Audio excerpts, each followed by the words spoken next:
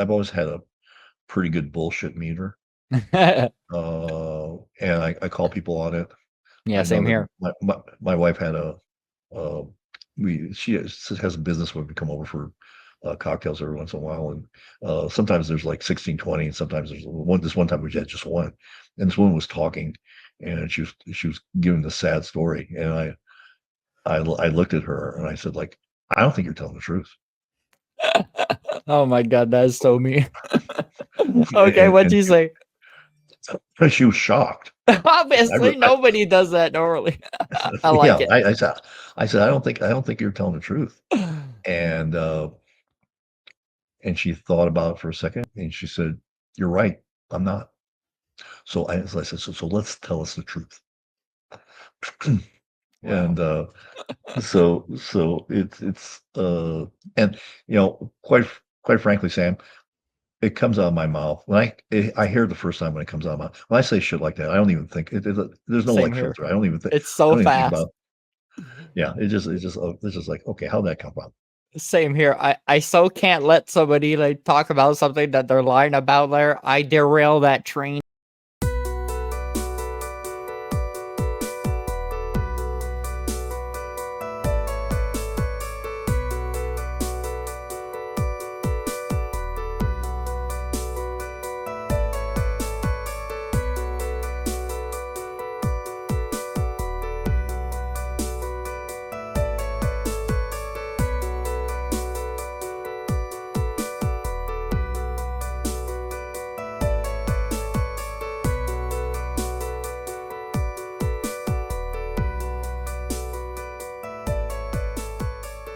So, welcome everybody on the Rumbling Facts podcast, where we don't shy away from uncomfortable truth and dive into conversation that challenge the status quo. I'm your host, DJ Red Sam. That's DJ with Master Upside Down. I bring you all the guests who offer real insights on growth, personal transformation, and pushing through the toughest challenges in this life.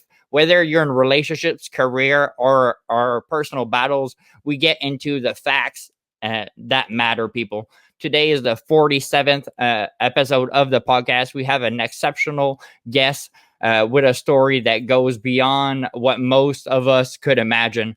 We're welcoming Orest Komarnyckyj, a man who has many talents and accomplishments. For 33 years, Orest was a periodontal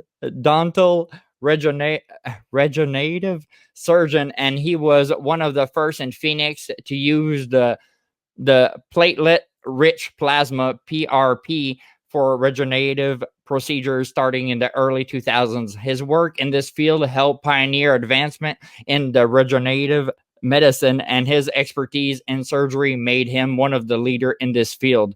But Orest didn't stop there. After decades of medical work, he transitioned into a new mission, helping men over 50 reinvent themselves. He's the host of the podcast Old Guy Talks to Me podcast, where he covers everything from health, wealth, relationships to the struggles that men face as they age. His passion lies into helping men navigate the later stages in their life, showing them how to reignite their purpose, finding their new passion, and succeed in relationships, especially in dating.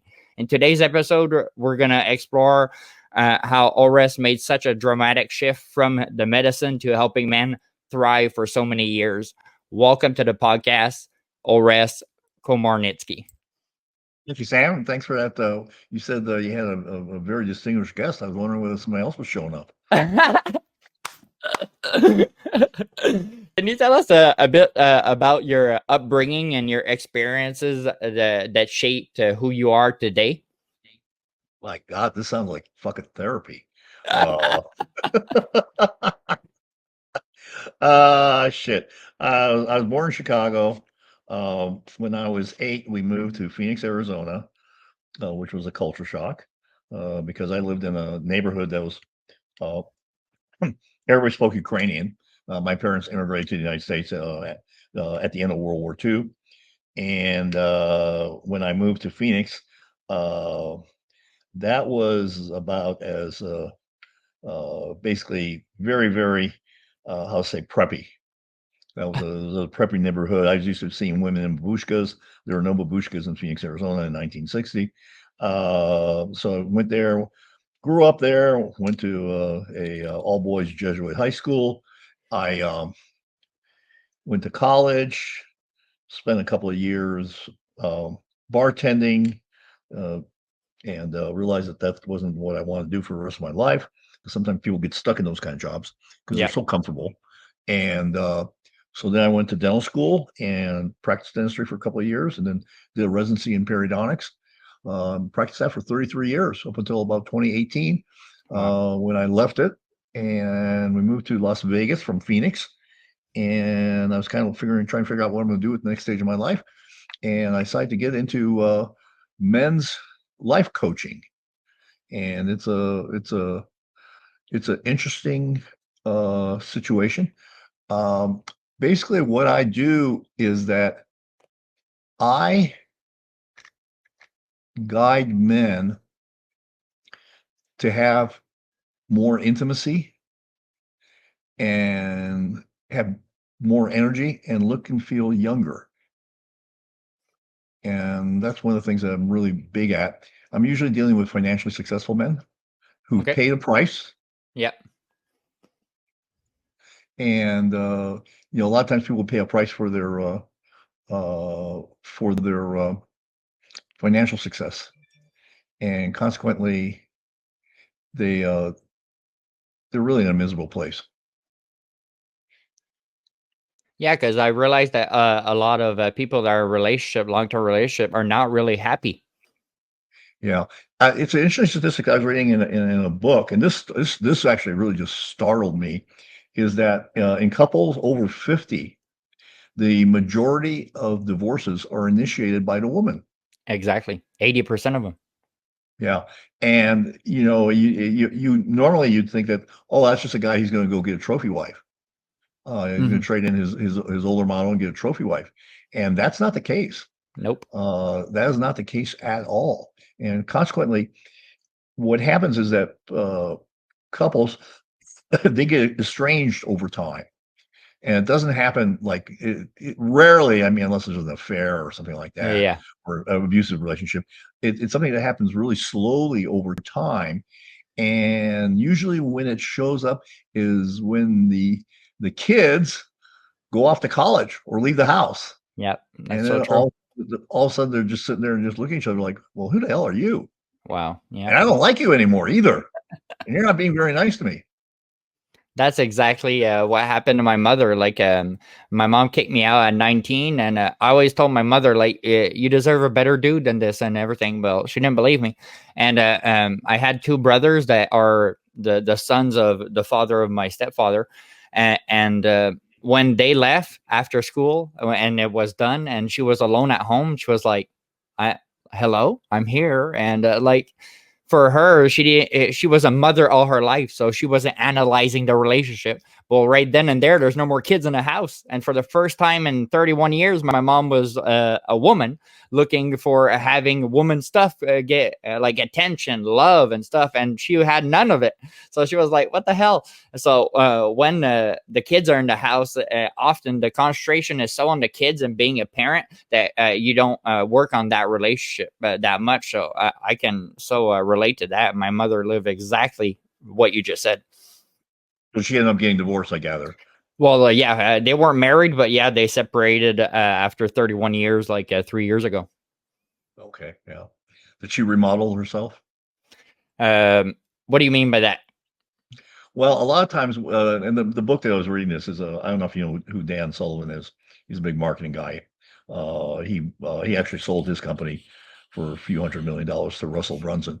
Wow. He wrote No BS Marketing to the Affluent.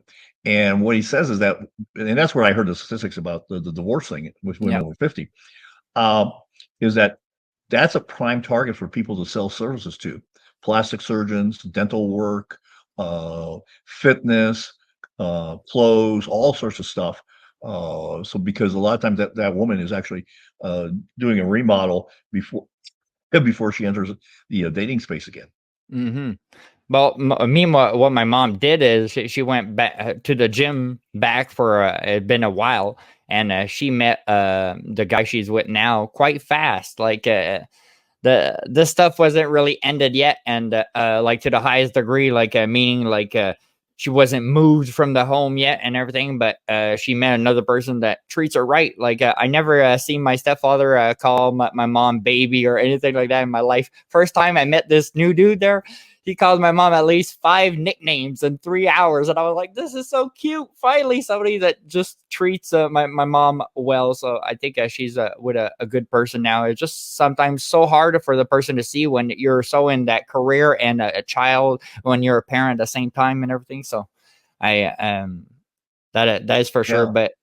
But she did psychology and talked with many different experts of what she was going through, because for her it was hard because she feels like she failed, because as a dedicated mother, she always wanted to finish with that man, but it didn't work like it did with my father as well.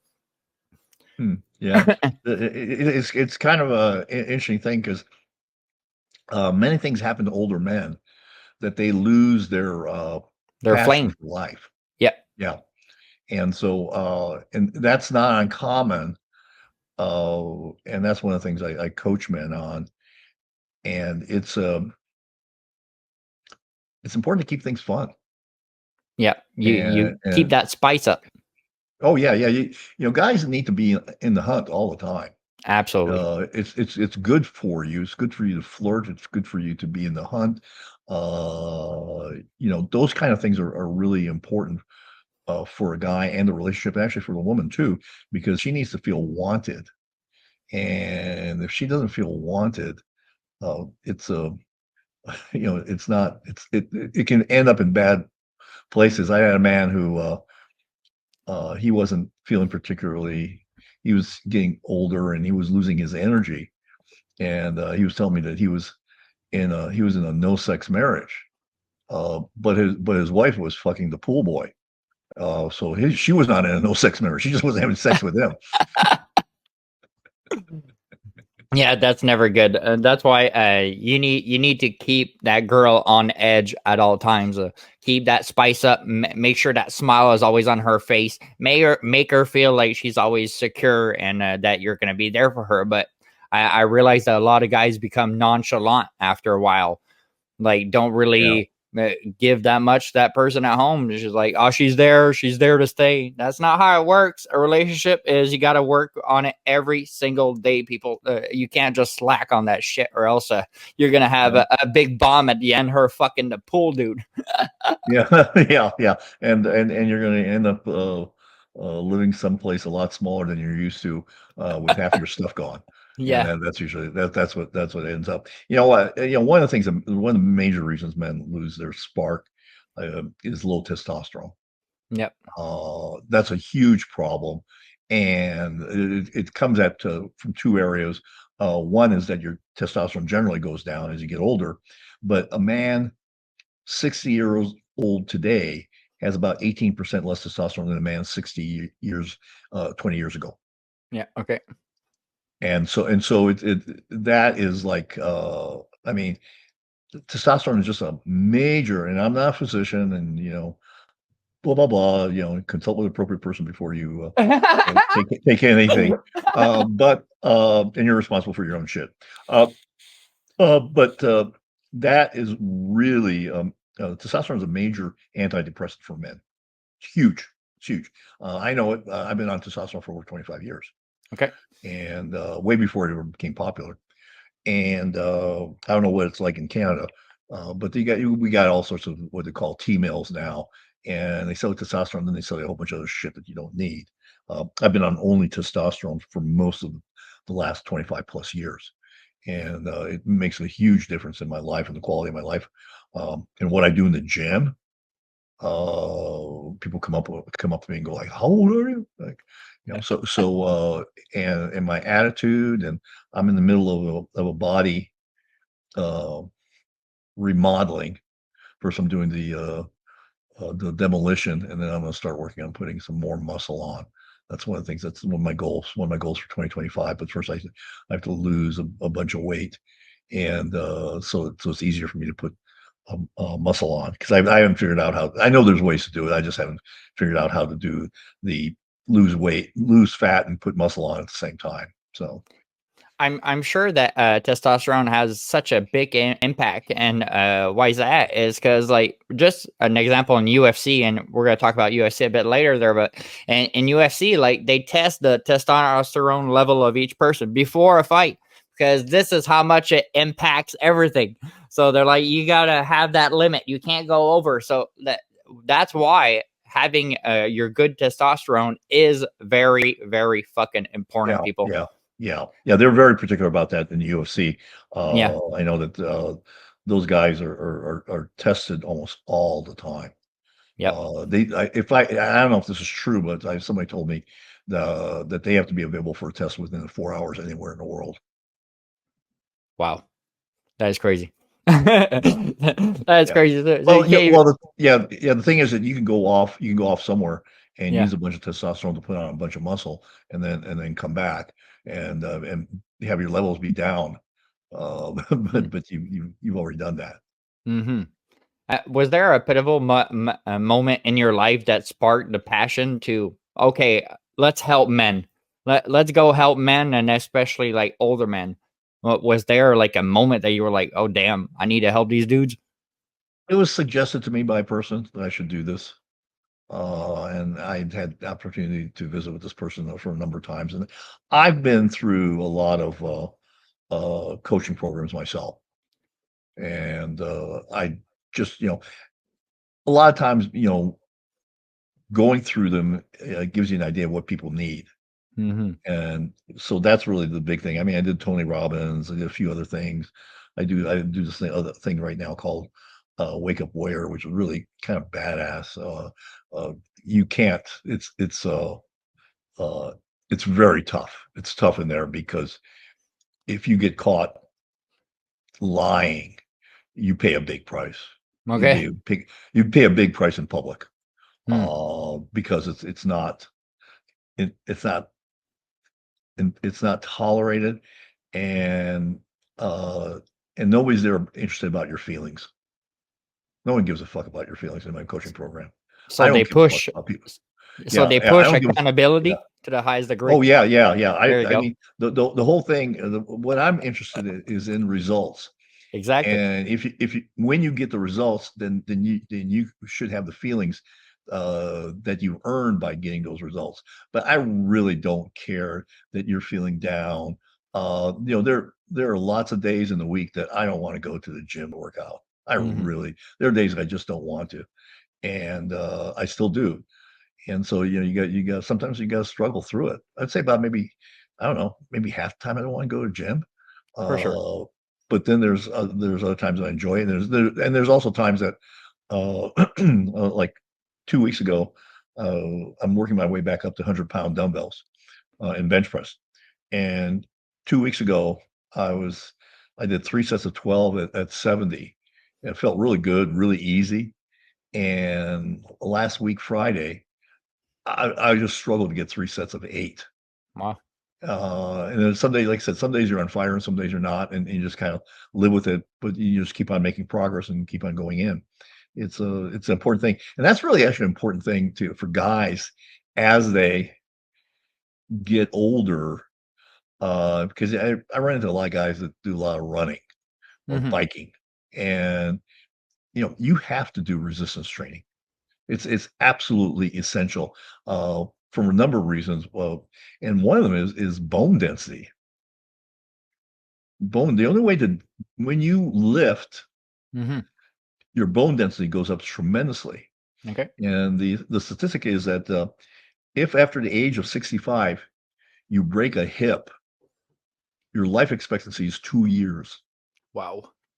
Yeah, it's not very good. And if you happen to live, it's pretty miserable, because a lot of people just never recover. That's one of the things also as you get older, recovering uh, from an illness or an injury or whatever is a challenge. at the beginning of 2022, I had a severe case. I had several times, but I had a severe case of diverticulitis, Okay. which means, which basically, for those who don't know what it is, basically what that means is you can't shit. Okay. And Okay. it's really painful. And it's actually dangerous because Yeah. if it goes on for several days, you can all of a sudden rupture the lining of your stomach. And once all those toxins spill into your body, it's almost like you never get the same. Wow. And so but they cleared it by putting a scope up my ass several times. But this time it was like, no, we're gonna have to go in there surgically. Wow. And so when they did that, uh, I had a I had a big hole in my stomach where I shitted into a bag. Wow. Yeah. That's incredible. And my wife was an angel. Every day I'd wake up and I would basically shit on myself for 2 hours, and then my wife would clean it up. And we did that for several months. And it was Wow. a challenge because for a while there we couldn't get that bag to stick.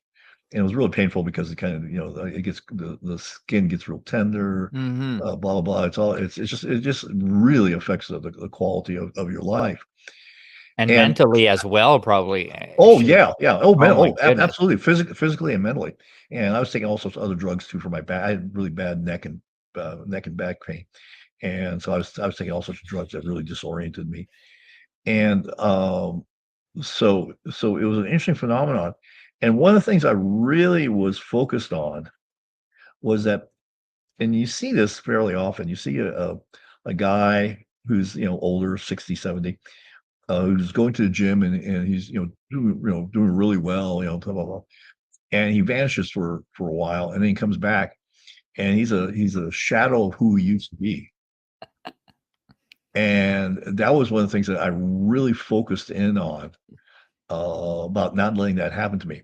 And I give a lot of credit to, one is my mental attitude about it, but at the same time, also my mental attitude was shaped by the testosterone that I'm taking.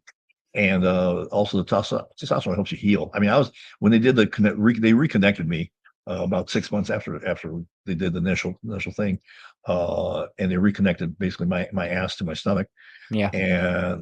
and so, but it was like I said, it was a very trying moment, and that was my biggest thing I knew I had to fight, was becoming the decrepit old man. And I say that every time, every day is a battle now when I wake up to keep the decrepit old man out. That's incredible.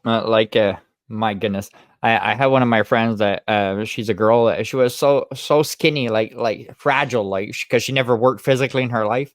And I told her, "You look great there, but I'm telling you, you should add some weight and some muscle mass because when you're gonna be 50 and 60, you're gonna be so fragile there. You won't even be able to do nothing. You could break a wrist doing something stupid." My one of my grandmothers died, and she was like 60 something pounds on her deathbed because she was 100 pounds all her life. And when she hit that 70 and 80, well, she was like under 100. So she was so fragile. You would see her and you would be scared to touch her to break her.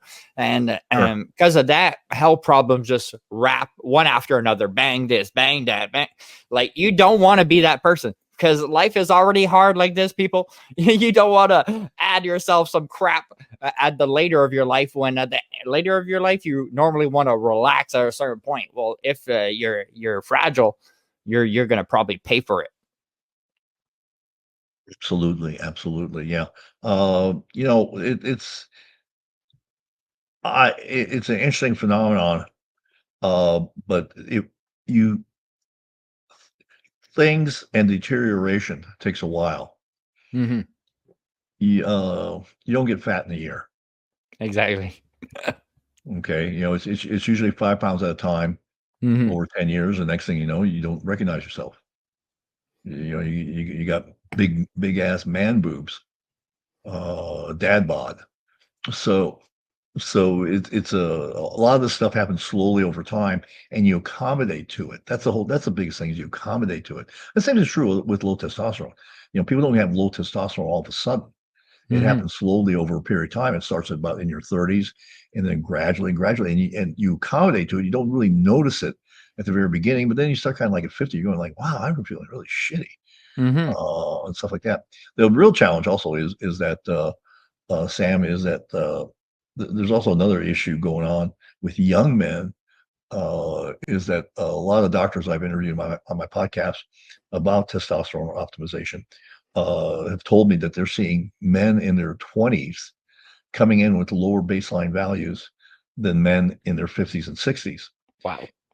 Yeah, and I actually know a friend of mine had his two sons in their 20s. The normal range, which is not optimized, because one lab companies just dropped the high normal from 1196 to 916. It's a huge drop. I mean, I didn't calculate the percentage on that, but it's a huge drop. Hmm. It's almost a 20% drop of what's Yeah. called the high normal. And I mean, how they measure that is the average. The lab values are the average of the people that take the test. So can you imagine that the body mass index, what would be considered normal range in that, Hmm. given that everybody's so fat these days. Uh, but yeah, and so that's a real problem, and that's actually a really unspoken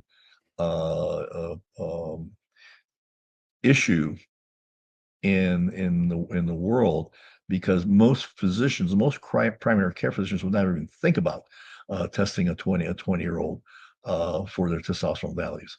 And it just showed up in their life. They were both fat, they were lethargic, they had challenge, they had no very little interest in dating, very almost asexual. I mean, when I was in my 20s, oh my God, I was rabid. If it was moist and wet, I was there. I mean, For holy sure. crap. Yeah, I mean, I literally was just rabid. And and so it was kind of it's kind of a sad thing, but it's just happening. It's being very, very common, it's actually kind of epidemic. I think so. Um, and it's affecting millennial women, because there's a shortage of what they consider. This was somebody reported this in an article. She said, where are the men? They're all boys.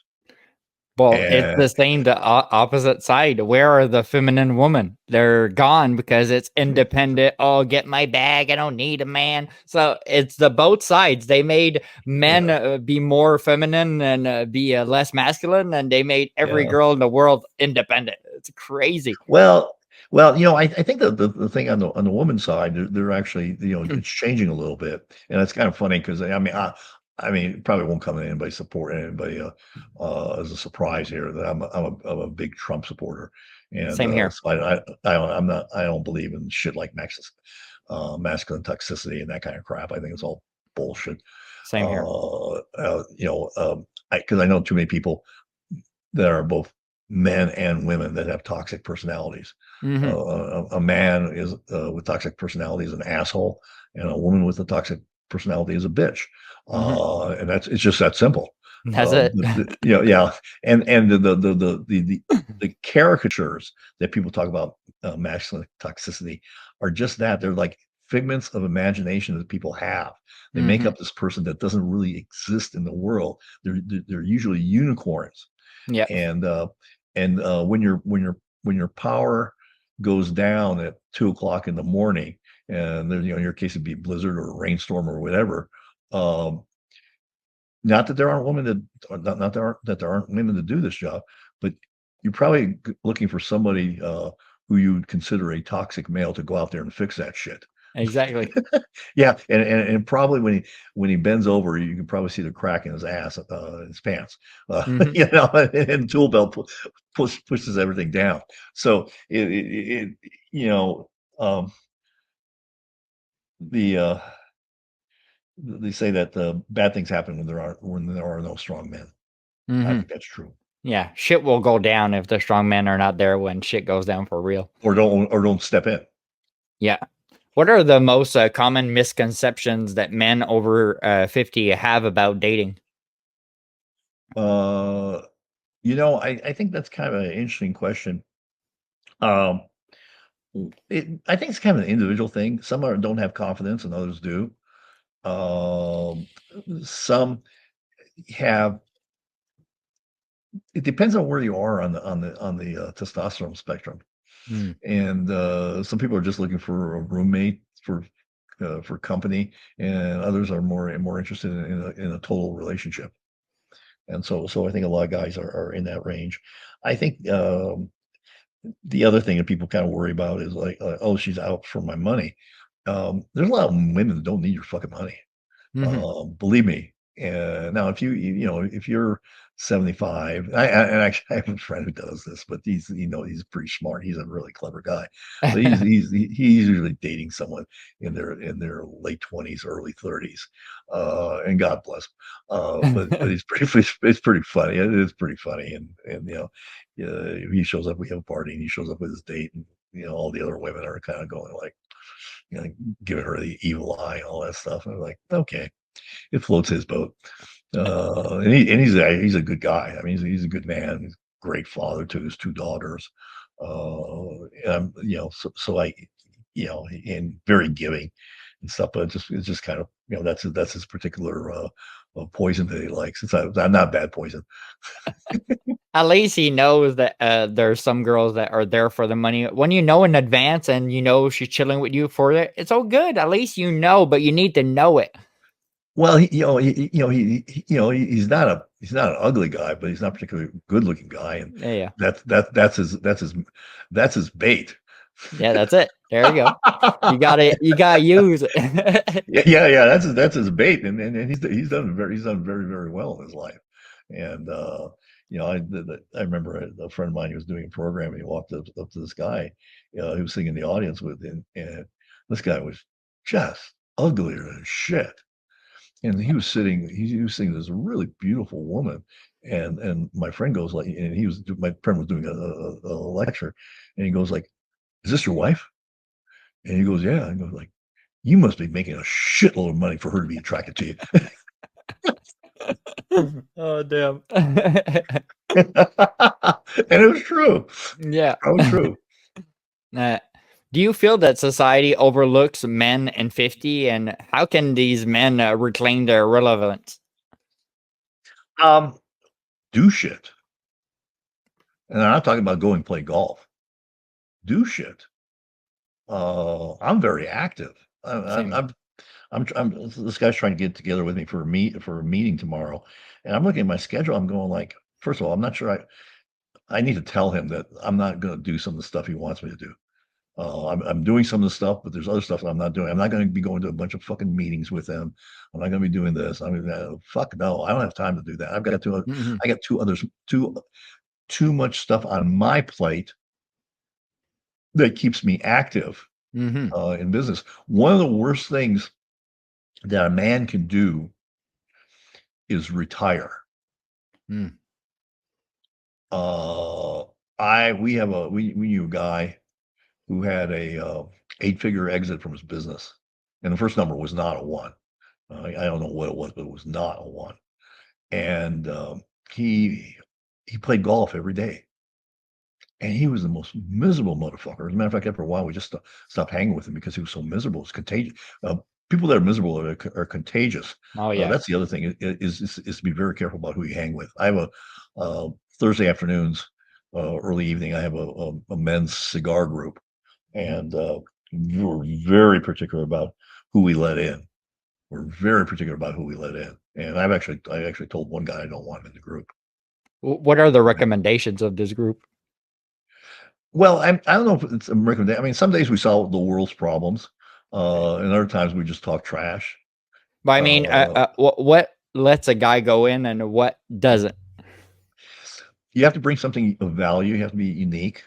There you go. You have to be smart. You have to be clever. You have to have had some success in your life.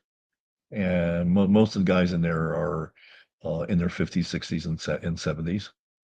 And so that's the important criteria. Mhm. The other thing is that you can't be an asshole. You can act like an asshole for a short while, but you can't be an asshole. There's a difference between, sometimes you make asshole comments to other guys, Yeah. and then you just laugh about it. That's fine, but you can't be an asshole, which is a chronic condition. And that's really about it. You have to have a lot of. The other thing is integrity is important. Yeah. I know that I could trust any one of those guys uh, with a couple $1 million in cash, and I'd get back the same way. And so there's just a lot of integrity about who they are as human being, and being really good. Most of the guys in that group are civic, do stuff, Mhm. and so that's really kind of the important stuff. What advice would you give men that they feel like they missed the boat on love or career, and they're like, man, like it's too late for me. I'm 50 or whatever. What do you tell this dude? Um, First of all, stop it with the fucking loser talk. Exactly. Okay, okay, stop it with the fucking with the stop the victim talk. Exactly. And the other thing is that, I mean, you're talking about 50. I'm here. I just turned 72. I'm fucking working hard. I'm killing it. Let's Okay, go. so don't so yeah, and I do run into people like, oh, it's too late for me. Fuck, you got another, I don't know, depending on your gene pool, but you may have another 30, 40 years to live. How are you gonna live that? How are you going to fucking live the rest of your life? And the only Mhm. days you have to look forward to are the ones ahead. Exactly. You can longingly look at the ones behind, yeah, but that's past tense. You're not going to get a lot out of that. But Mhm. you just need to get out of that victim mode. And I think that's the other thing. People start feeling sorry for themselves, Yeah. and then the worst thing that happens, and I've seen this happen. Um, People get into this divorce support group. Oh my goodness. Now, yeah, that's just what they fucking need. They're getting divorced, or starting to, they're separated, and they get into a divorce group, which is nothing more than a self-pity circle jerk. Exactly. And they just kind of reinforce each other. They sit there and they talk about how bad their wives are, and then they feel bad, and they realize that's probably not entirely accurate. And then they start talking about how bad they were, and none of them have a fucking clue about how to get out of that. And so it Mhm. just becomes a vicious death spiral. And you know, that's like the worst thing you could do. I know there was a woman psychologist that was on Joe Rogan a little while ago, a few weeks ago, a few months ago, and she talked about that. She said the more you focus on something, the more you get of that. So as you get in this quote unquote support group, they just become enablers, become fucking enablers, and they wonder why why their lives are so miserable. And even if Mhm. they got the divorce and they got into another relationship, they they're like, they haven't prepared themselves psychologically as a man. They haven't prepared themselves as a man to be in another relationship. And they And amplified themselves as the victim, and as, oh, she did me wrong, bro. yeah, Girls are a switch. She's on, she's off. That's it. There's nothing to understand. If she's off, who cares? Move on. If you're yeah, sticking on that and you're like, oh, she was this, she was that, the other dude side is like, oh, I lived through that shit. Aren't they bad? Blah blah blah. Nothing in that is helping you. We all know that yeah, they live on a switch, but yeah, yeah, you can't stay in that yeah. victim mindset. So I think um, that's really the thing that people do a lot of times is like I said, they get into this victim mode, then they find other victims, and there's a big payoff in being a victim. Huge, Yeah, huge. because they give you the microphone now. Right, you get attention, you get this, you get that, a little pity, maybe get a little mercy fuck every once in a while.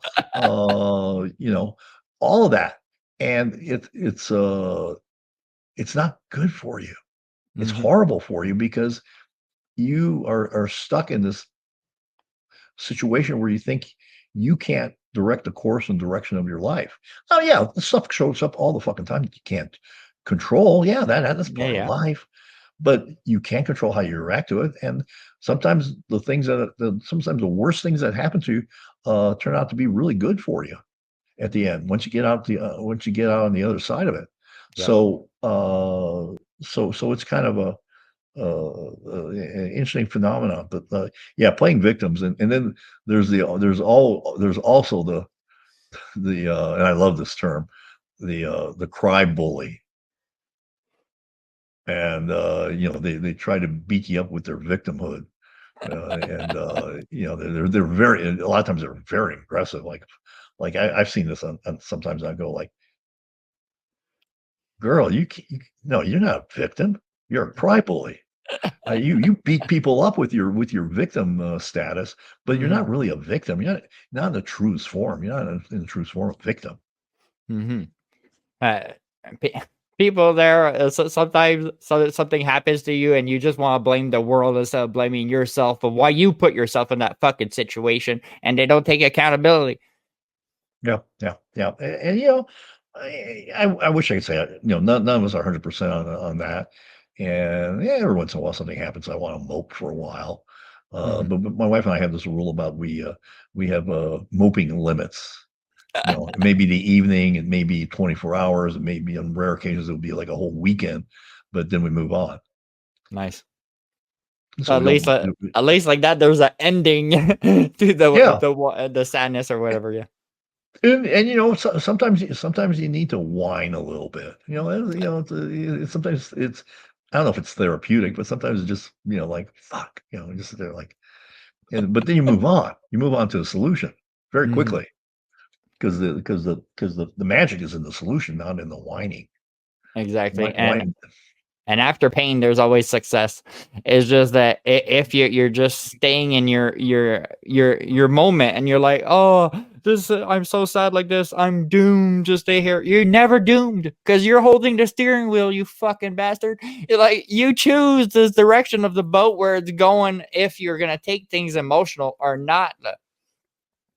Yeah, What br- absolutely. what breakthrough moments have you witnessed with men resisting the change? I think the thing that they a lot of times is when they realize that they're the problem. Mm, And go back to when we talk about uh, the no sex marriage, because the first thing a guy will tell you, oh, you got to talk to my wife. I go, no, motherfucker, I don't talk to you. You're part of this. Well, she doesn't want to. Well, why doesn't she want to? Is it because of shit that you've been doing for the last 15 years that all of a sudden it hit the tipping point and she said no more? mm-hmm. That happens a lot. And so guys think that it's her, not them. Mm-hmm. And I used that line a long time ago. Oh fuck, I used that line a long time ago. I was Yeah. engaged several times, and when I broke up the engagement, I go like, "It's not you, it's me," and I really believed it was her. Yeah, yeah. But then as I look back in time, it really was fucking me Yeah, because me too. I was just a uh, immature child in a man's body. And so it was as I look back on him going like, no, it really was fucking me. I was telling the truth, even though I thought I was trying to make her feel better. Yeah. Um, and so I just never owned up to who I was. And Mm, at one point, I said that happened, and through a series of some very interesting events. So it was yeah, but I think that's really kind of the biggest one where it often shows mhm, up. And then there's a whole in my coaching program, I spent a lot of time with that. That's probably the number one complaint is the no sex marriage. And I spent a lot of time in that.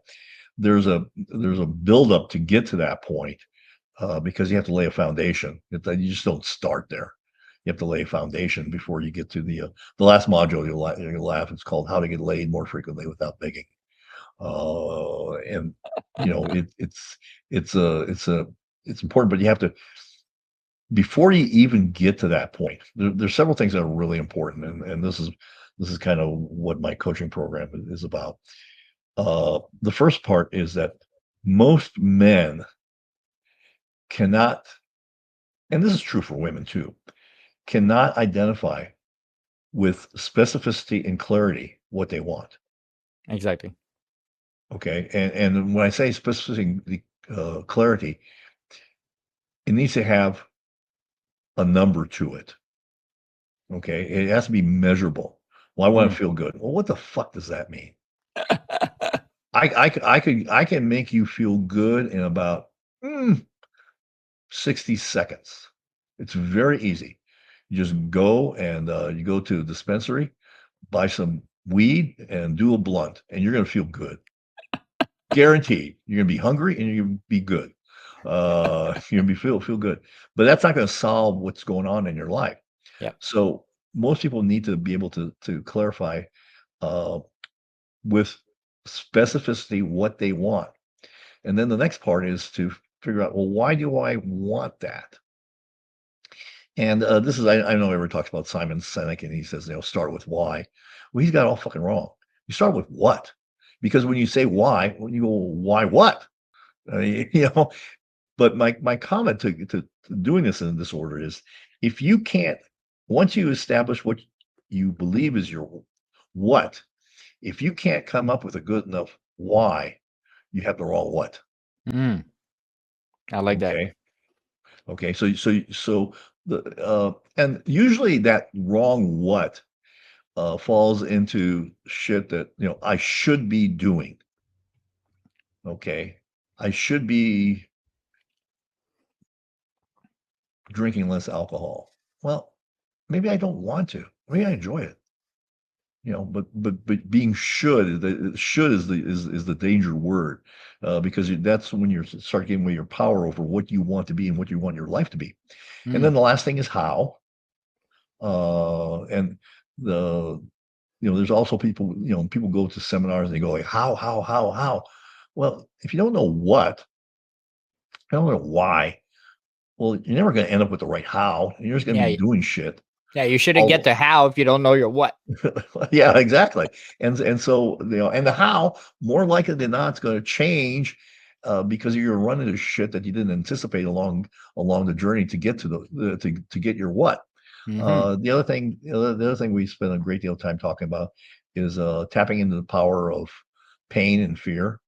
Tremendous amounts of power. People have done many things when they're able to tap into those two raw emotions in their life. And some people will avoid both of them.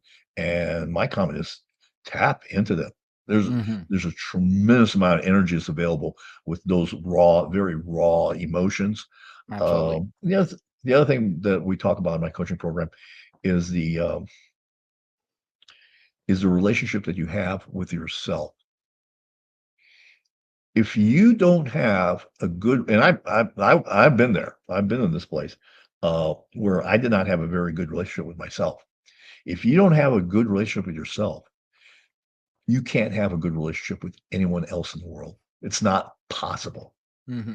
It's not possible. And so you need to be an expression a friend of mine used, be comfortable in your own skin. You just need to, and warts and all, the good and the bad, be Mm-hmm. comfortable in it. And I tell my kids are in the I got $2, they're in their one's 25, the other one's 27. And there are times now that I just tell them, like, I just flat out tell them, like, don't do as I do as I say, Mm. because I'm being a bad example on this particular thing. And it's just reality. I'm human. Yep. I have my Mm. faults. I have a lot of faults. I'm not perfect. And so I I work on that, and then that's when you start doing with the relationships. And then the other thing I've just started now uh, is and this is kind of weird. I've never really started. I've only just started talking about this recently. Is my relationship with God. Mm-hmm. I've always poo pooed it, Same here. uh, and probably for the last 4 or 5 months I've been reading the Bible. Okay. Uh, and there's sometimes I have no fucking idea what they're talking about. I have Absolutely. no idea. There's there. I was pretty good with Matthew, Mark. I was reading the New Testament. Old Testament God is really, oh man, it's tough. We're actually, I need to go back to it because I was trying to read it with my wife, and we were in the habit. Then vacation shit got on, and then we kind of got out of the habit. But yeah, Old Testament God is, woo, oh man, killing people all the fucking time, or telling people to go kill people all the time. Yeah, yeah, for New sure. but New Testament God, like I said, Matthew, Mark, Luke, and John, pretty easy because those stories were kind of all familiar. But when I got into Paul and stuff, and I was reading like, what the fuck did I just read? I'd read like 3 times, 4 times. I tried to do a chapter a day, Yeah, and, yeah, I'm just like going like, what the? I'm starting to understand a little bit more, but yeah, now I've also cheated a little bit because I go on the internet, like, oh, okay, what's the major point of this thing? I try to figure it out on my own, yeah. and then I go on the internet and I say, oh, okay, yeah, that's kind of what I was thinking too. Hmm. So it's allowing me to understand shit a little bit more. But I think the other thing I think is important is your relationship with God. And as I said, I poo pooed it. I said I didn't need it, and partnering my coaching program is a big deal. It's but it's a different kind of a Bible study because you can say in my uh, Bible study you can say fucking Jesus Christ in the same sentence. Okay, nice. There's no piousness there. Yeah, yeah. There shouldn't be. It's really it's really raw, and the things that get discussed in that group, from adultery to pornography to molestation, all that stuff. That all comes out in my group, and it's pretty. It can be pretty overwhelming. I've gotten used to it because I've been in there for a long Yeah, time. yeah. But if you just walk into it, it can be like, holy fuck, who are these people? Especially And if why? if you're an emotional dude, you get in there, you're like, oh shit. Yeah, and this is and just so everybody knows, that there's a few guys that have a B a B in front of their net worth, and most of them are, Wow. have had 8, 9-figure exits out of their businesses and continue to be very successful and stuff. So this is not like some guy living in his car down by the river. Yeah, yeah. These are powerful, successful men who just like everyone else have lots of demons. Hmm. Is there a specific a success story that stands out from your coaching, or like someone who surprised you? I don't think there's anyone that surprised me. I think that um, the one that comes to mind is the one who is going to all these doctors, and they were telling him basically that there's nothing that can be done, and he was just feeling really low, and it was such an easy fix that it was kind of like he was being failed by the medical system. And he had lots of money. Again, this was another guy who had a 8-figure exit, and I think the first number was a 5 or a 6. Wow. So it wasn't. I mean, money wasn't. Oh, fuck, He was good. he had yeah, he was good. He had lots of money, but and he was what he was talking about was the fact that he was low energy and things like that. And I like, I got him straight on testosterone, and he's on fire. He's on fire now. He was in his 50s, and yeah, his doctors kept on. Well, you had a good run, but it's over. Like, fuck you. The fuck not? Yeah, I don't think so. I don't think so. And the other thing is that when you're picking a doctor for your health, make sure you want to look like that doctor. Now, Wow. if I it's like like that. a surgeon, if it's like a surgeon who's like really good at fixing a heart valve or something like Yeah, that, that's you something don't else care. there. Yeah, Yeah, you yeah. don't care if he's fucking Yeah, yeah. 300 But pounds. the And guy that no, tells you this how you got to eat, this how you got to live, yeah, look at him. If he's yeah, 250 pounds, not healthy, you're like, I don't know. Yeah, exactly. I mean, it's kind of like so and that's true in everything. Be careful about who I tell my kids. I told my kids this. Be careful about who you take advice from. I mean, this sounds a little, you know, kind of obnoxious, but uh, you should not be taking your real estate investment advice from the Uber driver. Mhm. Absolutely not. There's a guy named Wes Watson, and he said almost the same thing as you. He's like, me, before reading a book, I look at the book, like self-improvement books, and I turn it around. If I don't want to look like this, well, I ain't reading a fucking book. I want to read a book that I want to look like this guy or succeed like this guy or have something like this guy. If Yeah, you don't yeah, look how I want to look, like, why the fuck am I taking the time to read that book?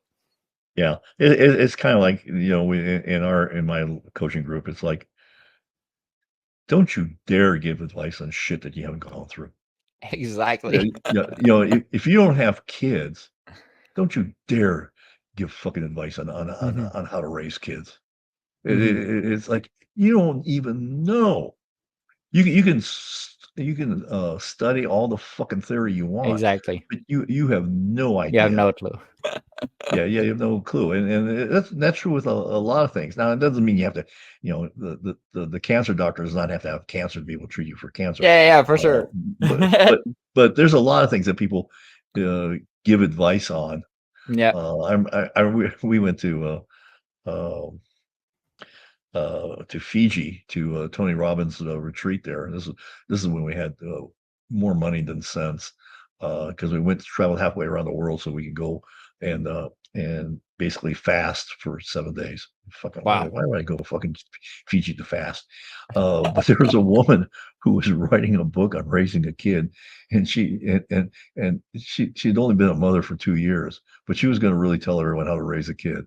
Well, when they turn 20, then you can write your book. Tell me how it turns out. It's like when you see people on the sportscaster, and the guy never did a sport in his whole fucking life, and he's in a Yeah, suit, telling like talking about this athlete that oh he's going to practice even after the game and practicing in the morning when he doesn't need to. Oh, this guy's gonna burn the candle on both ends. Are you a fucking athlete? Are you the basketball player? The fuck not. Why the fuck are you putting expectations on the life of somebody that you are not and not even close? You chose a suit, you chose a desk. What the fuck are you doing giving advice to an athlete that's in his mid 20s? Like, what the hell? yeah, yeah. What I realized that vulnerability is important. Like a lot of people like are not gonna be vulnerable because of the stigma that they put on men that we can't be pussies and shit. We're not talking about crying, but being vulnerable, knowing your faults, knowing your errors, and knowing how to fix it. How can men embrace the change of vulnerability later in their lives? Well, I think the biggest thing, and this is a factor in vulnerability, I think that actually is probably the most important thing, is tell the fucking truth. Exactly. You know, I run into this all the time with men that I coach because the first words of their mouth, oh, everything's good, everything's great, blah blah. And I go, okay, yeah, okay. So when's the last time you had sex? 6 months ago. So it's not okay.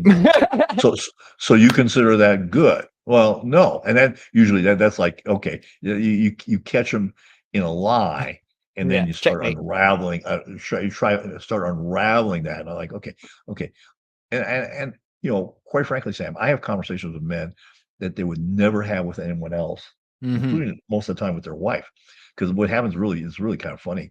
Because guys will be on a call with me, and their wife will walk in or a girlfriend, and like they get like all panicky about like, oh shit, I gotta be careful about what I say, Yeah. blah blah blah. And so that's how I know that's a fact that I have conversations that they wouldn't never have Hmm. with their significant other. And so, and there's a certain amount of understanding about that, but being honest and truthful is really important. Mhm. And most people cannot have an honest conversation because I like I said, I dig deep before I agree to have someone come on as a coaching client. We really get into the weeds of shit, and the last thing I want to deal with is with someone I can't help, and that does happen. Yeah, yeah. Or if they're like a total fucking asshole and they want to argue with you about everything.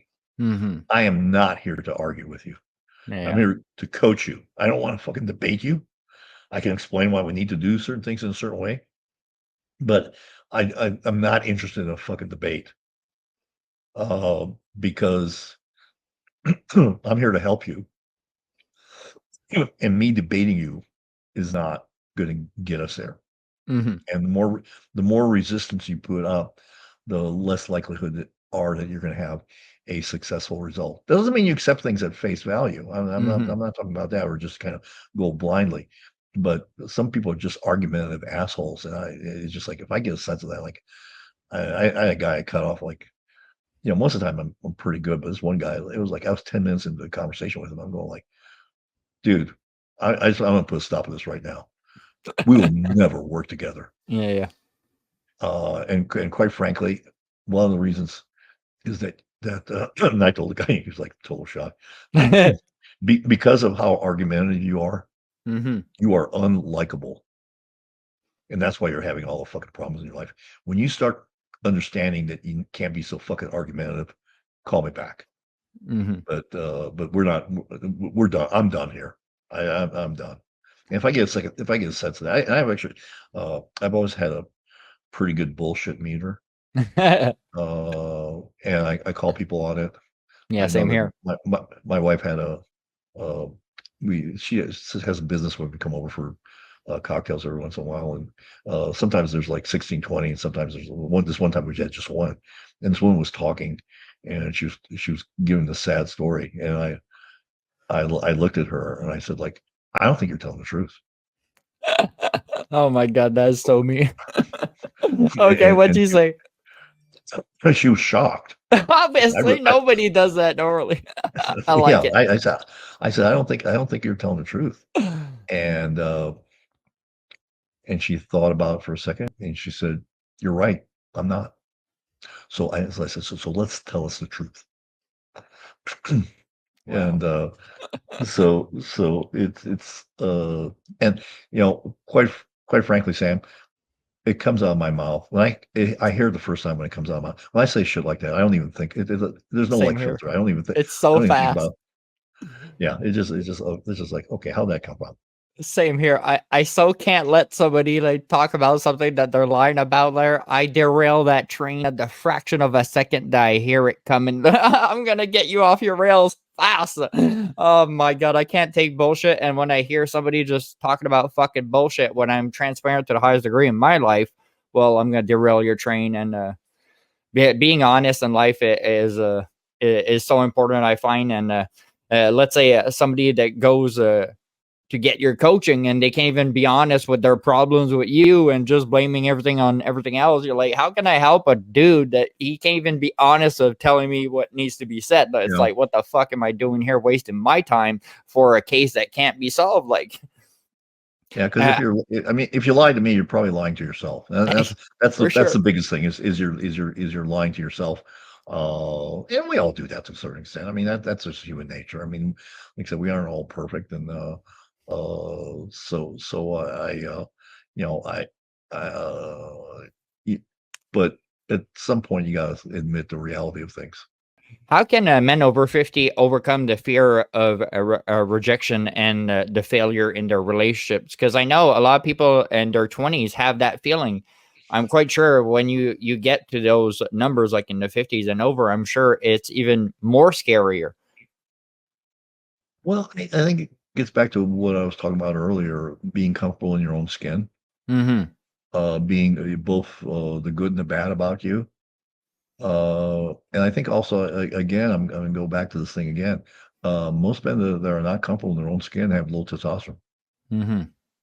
It's just a big ego booster and a big part of your psyche. And so I that's the thing is not to overcome being weak. The point is to be strong. And those are one is a solution orientation, and the other one focuses on the problem. Okay, and that's one of the things we talk about is uh, the questions you ask yourself are really important. The questions, the conversations that you have in your head are really important, and so it's really important to be on a solution mode, even in terms of how you phrase a challenge in your life. Yep. It's like the glass half empty or half full there. Every word has an Right. impact, people. So that's why you got to choose the way you're talking to yourself and being honest as well. Yeah, absolutely. Is there an advice that you would give your younger self about relationships?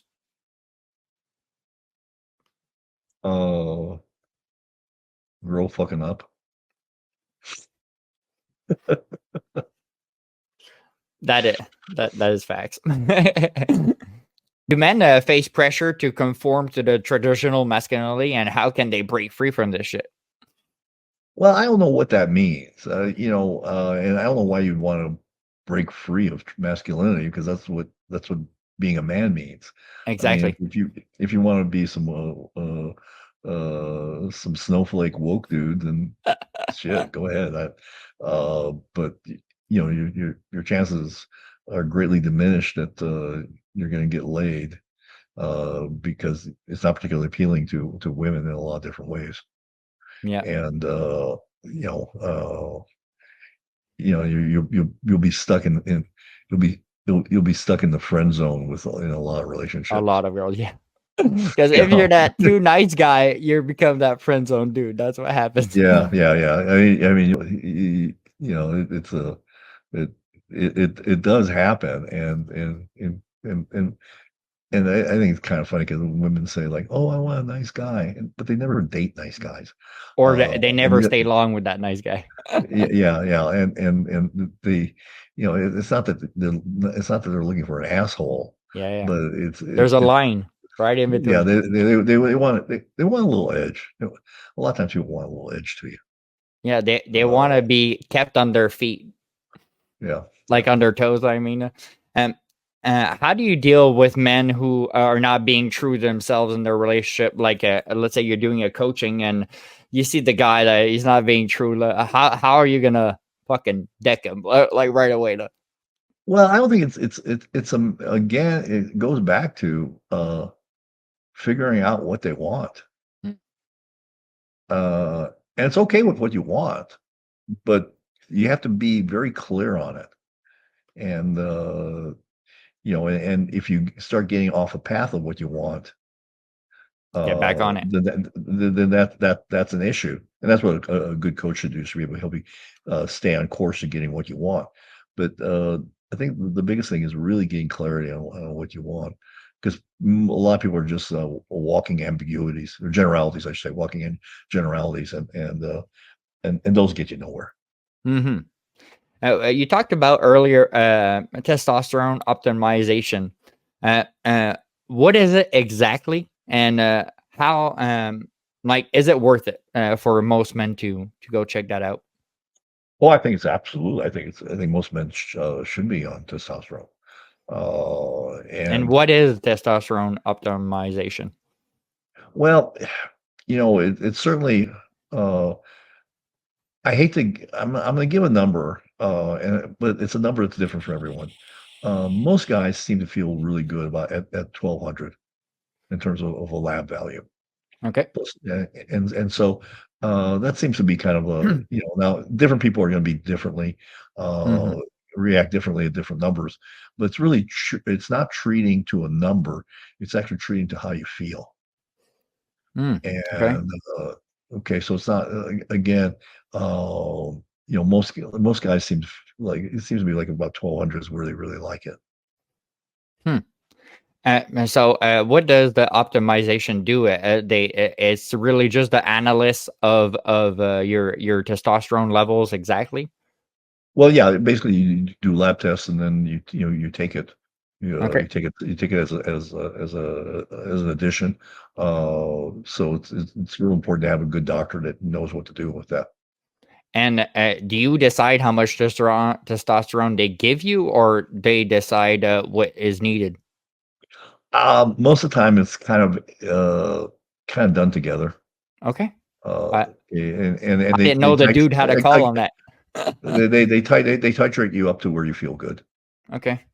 So Okay. they're keep giving you some. How do you feel Yeah. now? How do you feel now? Well, and different doctors do this differently, and most of the time, like your primary care doctor is not going to do it for you. You Mm, have to find doctors that are in this space. yeah, specialize in that space. How can men improve their relationship that is struggling? Like just one piece of advice of people are struggling in their relationship. Um, First, take a look at themselves and what are they bringing to To the the table. relationship. Yep. Yeah. So I think that's probably an inventory. Uh, Again, just like you mentioned earlier on with your stepdad, Hmm. he wasn't really bringing anything to the relationship, No. and consequently it ended. And so I think you have to look at what you're bringing to that relationship. That's really important. Exactly. And I think communication is the key to success in the work and friendships and relationships. And if you're not communicating with the person you love about things that are bothering you, well, shit is not going to get fixed at all. I had an expert on about porn addiction, and he said that porn is one of the big problems of all the erection problems because Well, you get a high off the porn and not coming. It's literally the high of porn, and when you get a real girl in real life, well, the high will never be as much big as the high that you keep giving yourself. yeah. So sometimes that will cause That I mean, there's a lots of different factors, yeah, yeah, and Stam. I mean, we can discuss that at great length on yeah, yeah. another on another program. But I will tell you that I was at a birthday party, and I was talking to this guy uh, who was 60 years old and incredibly buff, incredibly buff. He was an airline pilot. His other job was a lifeguard at Malibu Beach in California, Malibu, California. Okay, I mean, this guy was just like, you know, fucking buff. And we got to talking, and we started talking about this, and he was talking about, wanting to have kids. He's 60 years old, hasn't had kids, but he said he had a really hard time when he was with his girlfriend having an orgasm. Mm. And my question to him was, "Are you able to have an orgasm while you're watching porn?" And he goes, "Yeah, how'd you know I was watching porn?" I said, it was an obvious problem." That was obvious. Yeah. Yeah, I mean, it was just that was like, you know, 80% of the time, that's, uh, Yeah, that's the problem. 89%, that's the problem. I mean, there's also there's and being able to have an orgasm and erectile dysfunction are 2 different things. Yeah, Okay, for sure. it's a 2 different events. Hmm. So, yeah, he was stunned that I actually kinda like, Nailed it. in the middle of this birthday party. So Happy birthday, my friend. yeah. I got three more questions for you, and there's two about UFC there. What's next for you, and any projects that you're excited about that you're in or you want to do?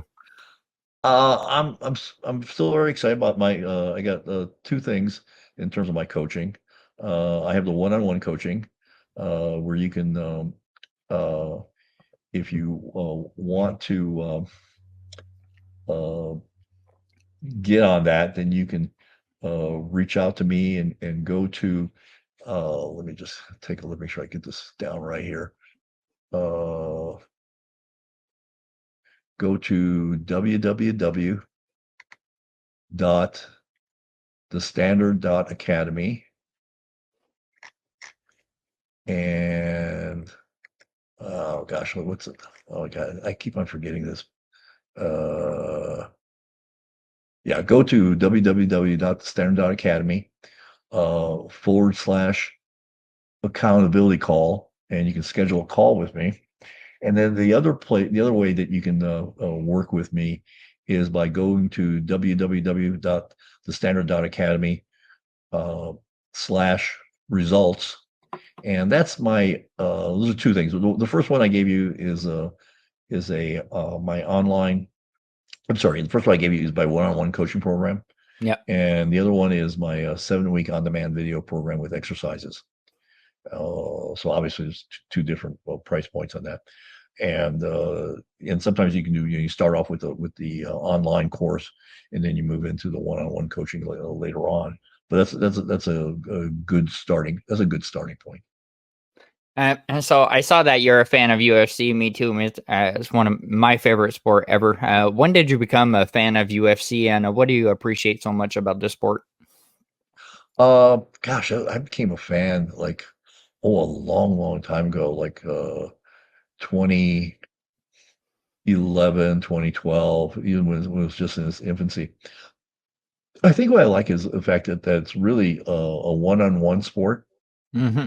and just the raw energy in there is just incredible, and the athleticism. It's just amazing. I was fortunate enough to be at a UFC fight where we sat in row 2 once, and Wow, it those was are expensive. amazing. Yeah, it was amazing. It was amazing that as they moved up in weight class in the fight card, and when they got Miocic and Junior Dos Santos were the main Wow. card, Yeah, yeah. and when they started hitting, I mean, you could hear the thuds on their flesh. I Wow. mean, it wasn't just like I mean, it was thuds. And the fact that any human being can take that for 5 rounds and give it for 5 rounds is absolutely amazing. And I think actually, I think also some of the most amazing fights are the women fights, Hmm. uh, because they put in a lot. You know uh, that 115-pound featherweight woman will kick your ass. Yeah, and normally they Shoot don't look you. like a fighter. Yeah, You would they see don't. that Yeah, girl in that's the the bar, she would kick your head yeah. off. Yeah. They would hit you so many times so fast you didn't even know what happened. You think you'd be able to defend yourself? No, they would hit you so many times so fast that Hmm. you wouldn't have you would have no idea. And then first thing, a few punches and then a kick to the head and you're out. And I think, like Dana White said, like why people like UFC, it's because fighting is in our DNA. That's what brings us to our roots, and that's a lot of masculinity in there. And what are the top 3 UFC fighters of all time for you? Uh, Okay, one of my favorite is Forrest Griffin. I Okay, yeah, actually had him as a I actually had him as a guest on my podcast. wow, I actually got a chance to train with him. Or wow, that's he wouldn't wonderful. call what we did training. I'll call what we did training. But Yeah, I yeah, got actually I wanted it was an auction item. So I actually got to spend a morning at the UFC training center here in that's Las Vegas. awesome. That's awesome. Um, the uh Cain Velasquez, I think he's a was is a legend, Oh especially yeah, how he beat the shit out of Brock Lesnar. And it was so yeah, funny that to was listen. And incredible. it That was was funny incredible. to listen to Brock Lesnar talk about like, oh, I don't even like to watch this. I got the shit kicked out of me by Cain Velasquez. And the other one who I think it never and for some reason it was in Dana White's doghouse is Big Country. Okay, yeah, Yeah, and he won the Ultimate Fighter yeah, and all that stuff, but for some reason, Dana White really hated him, and it was kind of interesting because we were at the was it the 20-year anniversary fight or whatever, and they had all sorts of fighters and this and that, and that was the one guy that should have been there as a winner of Ultimate Fighter. hmm Even just a glimpse of him should have been on the screen, but he wasn't on the screen at all. Me, for sure, I gotta say John Jones. John Jones is incredible and still is today. And Anderson Silva, what he did to the Right. sport, and when he arrived at 16 in a row, they're fucking dropping killers one after another. Uh, I never thought I would see like somebody standing up doing a magician, like you can barely touch them and you get finished every time. It's one of the most incredible journeys I ever seen. And I would say Khabib, but it's hard to say Khabib only because he didn't fight like the top notch people for years and years like Jones did and Silva did. So, but there's so many incredible athletes in UFC, and it's such a captivating sport to the highest degree. Absolutely. So thank you again. And where can everybody find you and your social medias? Okay. I think I don't know if you have show notes. I think I don't know if you got my packet. Okay. They're all my social media links. It's easy to find Orest Komarnyckyj on LinkedIn because there's not very many Orest Komarnyckyjs. It's not like John Allen or something like that. So that's probably the easiest place to find me. Reach out to me. You can find me also on my website, www.thestandard.academy. And if you want to get on a call with me, go ahead and put in a / accountability call and do that. And then, like I said, if you want to just try my online program, go to the standard.academy / results. And that's a way to do that. And yeah, because there's lots of stuff. Just putting together another program. And and we can talk about this another time about how to get laid more frequently without begging. Yeah, for sure. We could redo this in a month or two and go in other adventures in this conversation for sure. So thank you for. No, go ahead. My pleasure. Thank you. No, go ahead. I'm sorry. So thanks everybody for coming on the podcast, and I'll see you guys next week.